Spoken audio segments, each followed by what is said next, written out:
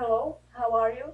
My name is Terezia Hroudová and I'm going to speak about faking insanity.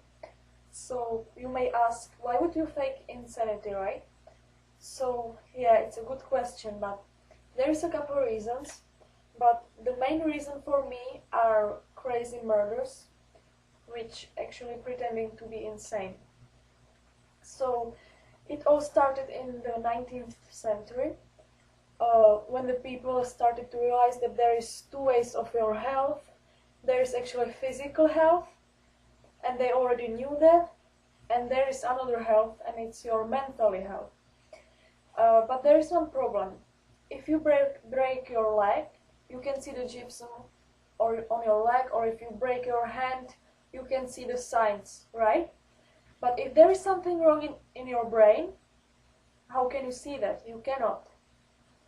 We don't have any apparatus for it to prove it.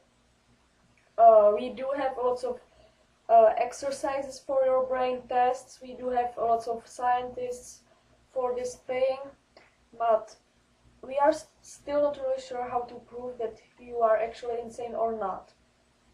So that's quite a big issue.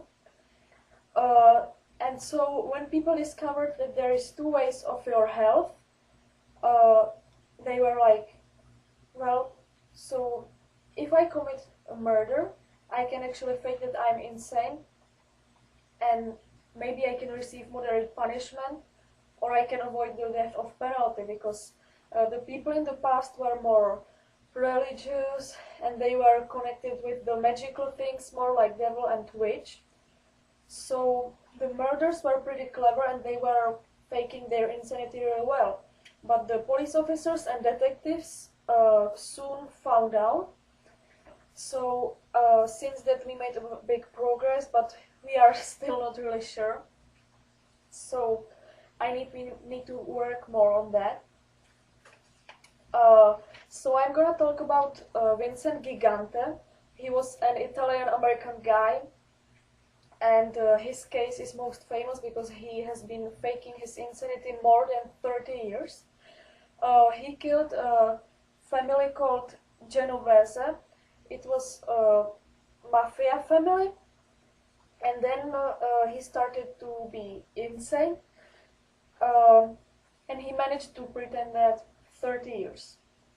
The people said that it wasn't unusual to see him walking in the streets with pajama and mumbling weird things and screaming inappropriate things and so on. But after 30 years it has to annoy you, so he couldn't stand it anymore. So after that he confessed, and he went to prison, but he died in 2005, so he actually stayed in prison 2 years. But I think this is a good example that we can pretend our insanity really well, and nobody don't have to find out, right?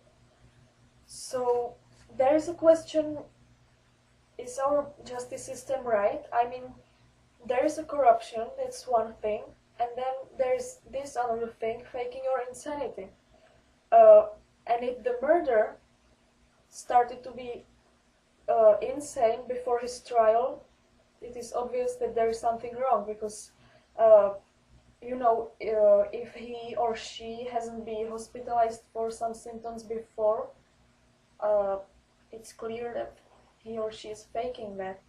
And I feel really sorry for the families of the victims, because they are expecting fair judgment and fair trial, maybe some revenge, and then they receive that. Like, I mean, I think that's not fair toward the people.